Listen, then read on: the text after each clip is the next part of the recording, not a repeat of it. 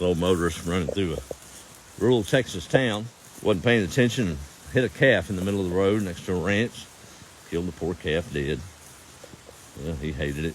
So he sought out the rancher and went up to the house and said, "Sir, I've ran over your calf out there on the road and I need to compensate you for it. I'm sorry." He said, "What's he worth?" He said, rancher said, "Well, I gave $200 for him. But here in about 6 years, he's going to be worth $900, so I'm out $900. Motor scratched his head. He said, "Well, 900, huh?" He said, "Yeah." Was a peacemaker.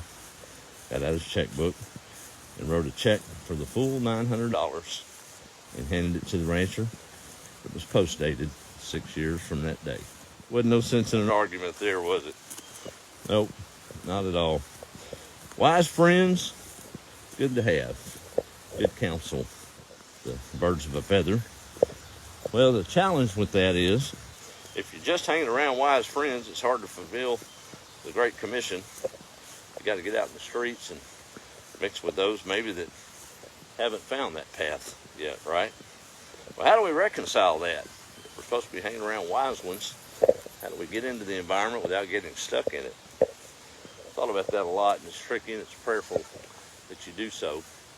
And you can't just be in an echo chamber of a church house necessarily, because the folks that need it the most may not be there, or they may be there too.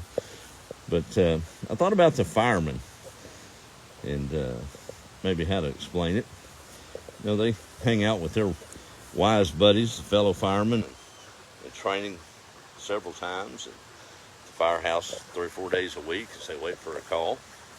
And when somebody's in need inside that burning house, they vacate their offices and put on their gear, employ their training, and go into that burning building, in that environment where that person is at, in danger of perishing, and they get them to safety. They pull them out of that environment, right?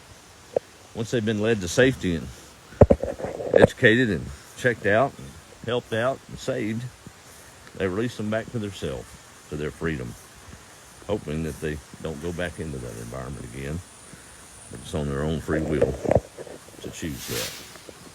Maybe that's how we get in and get out, right? Lead them to safety and don't dwell there. Isn't that right, Tank? Tank needs to dwell here, though. You don't need to be running down the road, buddy.